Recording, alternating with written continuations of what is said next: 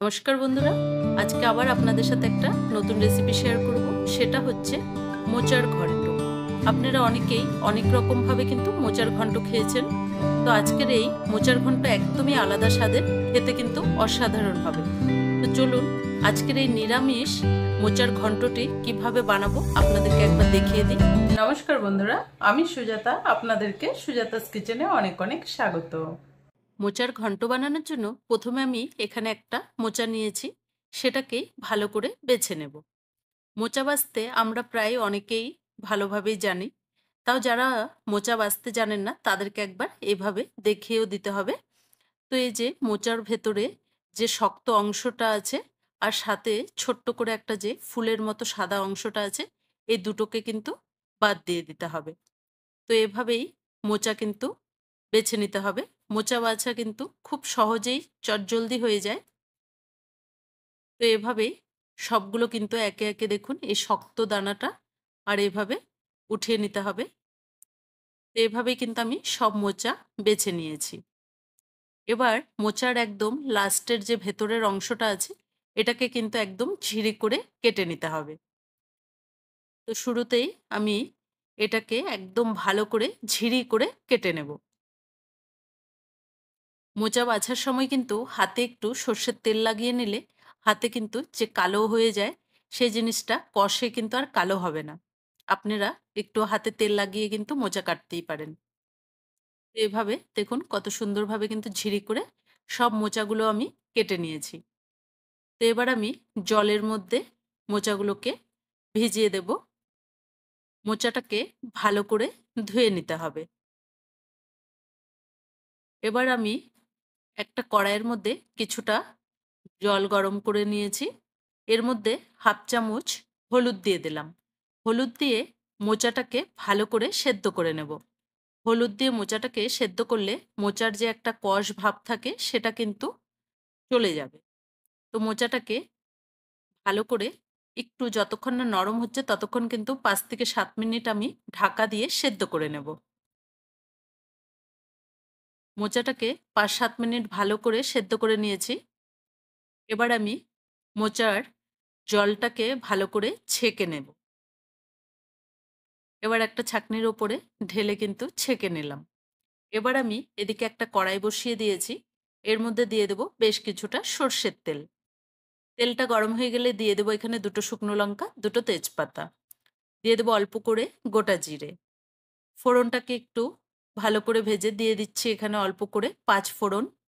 নিয়ে নিয়েছি এখানে একটা বড় সাইজের আলুকে ডুমু, ডুমু করে কেটে রেখেছিলাম। সেই আলুটা এর সাথে এবার সুন্দর করে ভেজে নেব।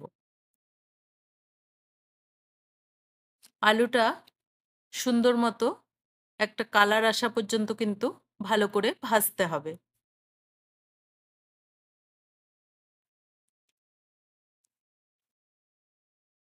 এবার আমি এখানে ১ চামচ গ্রেট করা আদা দিয়ে দিলাম। আপনারা চাইলে আদা বাটাও দিতে পারেন। এখানে আমি ১ মুঠো গোবিন্দভোগ চালকে ভালো করে ধুয়ে রেখেছি। এই গোবিন্দভোগ চালের মধ্যে দিয়ে দেব ১ চামচ ঘি। এটাকে ভালো করে মেখে নেব। ভালো করে মেখে আদার সাথে এই গোবিন্দভোগ চালটা এর মধ্যে দিয়ে দেব। এখনই যে বললাম আপনাদেরকে মোচার ঘন্ট একদম আলাদাভাবে করব, তার জন্য সেই গোবিন্দভোগ চালটা কিন্তু এর মধ্যে দিতেই হবে। এখানে দিয়ে দিলাম সেই বাটিরই ১ বাটি নারিকেল কোড়া। এই গোবিন্দভোগ চাল, নারিকেল কোড়া আর আদা গ্রেট করা এই মোচার ফ্লেভার, দারুণ একটা টেস্ট দুটোই নিয়ে আসবে। খেতে কিন্তু একদম ভোগের প্রসাদের মতো কিন্তু এটা লাগে। আপনারা ঠিক এভাবেই কিন্তু রান্না করলে খেতে কিন্তু মোচার ঘন্ট দারুণ টেস্ট লাগবে। আপনারা এটা ভগবানকে যখন ভোগ চড়ান, আপনারা কিন্তু এভাবে বানিয়েও দিতে পারেন। এটা একদম পিওর নিরামিষভাবে কিন্তু বানানো হচ্ছে। যারা নিরামিষের দিনে খাবেন তারাও এভাবে বানাতে পারেন, আর যারা নিরামিষ খান তারাও এভাবে কিন্তু বানিয়ে খেতে পারেন। এখানে ১ চামচ আমি দিয়ে দিলাম জিরে বাটা, ১ চামচ আদা বাটা আর হাফ চামচের মতো লঙ্কা বাটা। দিয়ে দেব অল্প করে হলুদ গুঁড়ো, দিয়ে দেব অল্প সামান্য নুন। এবার আমি এগুলোকে সুন্দর মতো কষানোর জন্য দিয়ে দিচ্ছি অল্প করে জল। যেহেতু মশলাগুলো কষতে হবে, তার জন্য অল্প করে জল দিয়ে ভালো করে কিন্তু কষতে হবে। আর গোবিন্দভোগ চালটা দেওয়ার জন্য ফ্লেভারটা এতটা সুন্দর আসবে, খেতে কিন্তু মোচার ঘন্টটা খুব ভালো লাগবে। আপনারা ঠিক এভাবে একবার বানিয়ে দেখবেন। আমি এবার মশলার সাথে সুন্দর মতো কিন্তু কষাতে হবে। এবার গ্যাসের ফ্লেমটাকে কিন্তু একদম কম করে কিছুক্ষণের জন্য ঢেকে দিয়েছি। ৪ থেকে ৫ মিনিট একদম কষতে হবে লো টু মিডিয়াম আঁচে। যেহেতু এখানে গোবিন্দভোগ চালটা আছে, সেটাও কিন্তু একটু সিদ্ধ হতে হবে। তার জন্য একদম ঢাকা দিয়ে কষতে হবে।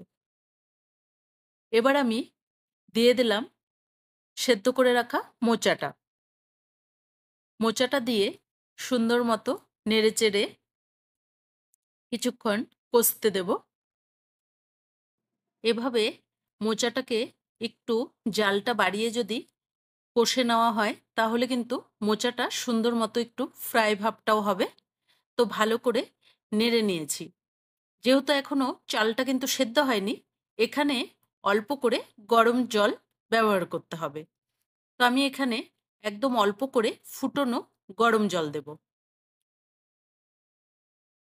চারো সাইড দিয়ে এভাবে অল্প করে ফুটনো গরম জল দিতে হবে। যদি আপনারা কেউ উনুনে রান্না করেন, তাহলে কিন্তু পরিমাণটা আর একটু বেশি করে দিতে হবে।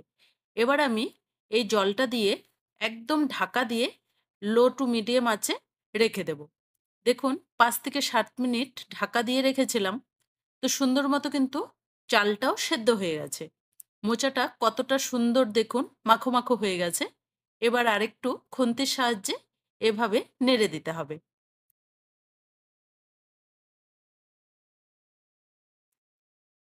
ভালো করে নেড়ে দিচ্ছি।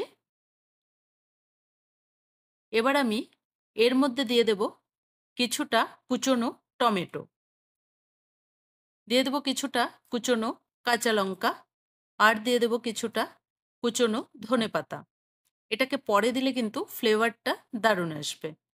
তো এভাবে আপনারাও কিছুক্ষণ পরে করেই কিন্তু এটা দেবেন। তো এবার এই সব কিছু দেওয়ার পরে আরও কিছুক্ষণ ভালো করে কিন্তু কষে নেব। মোচাটা যতটা কষা হবে ততটা কিন্তু খেতে সুস্বাদু হবে। তো এবার আরও কিছুক্ষণ কিন্তু সবকিছু দেওয়ার পরে ২ থেকে ৪ মিনিট ঢাকা দিয়ে রেখেছিলাম।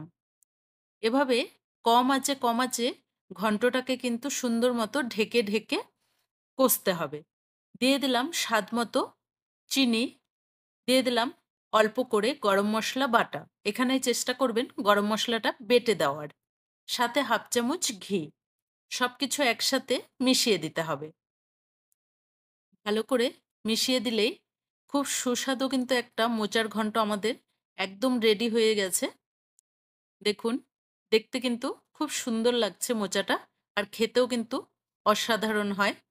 এবার আমি সবকিছু একসাথে যেহেতু মিলিয়ে দিয়েছি, এবার আমি একটা বাটিতে ঢেলে আপনাদেরকে দেখাচ্ছি। দেখুন মোচার ঘন্টটা কতটা সুন্দর হয়েছে। তো আজকের এই মোচার ঘন্টর রেসিপিটি আপনাদের কেমন লেগেছে কমেন্ট করে জানাবেন। যদি ভালো লাগে চ্যানেলটাকে একটা লাইক দিয়ে অনেক শেয়ার করে দেবেন। ধন্যবাদ।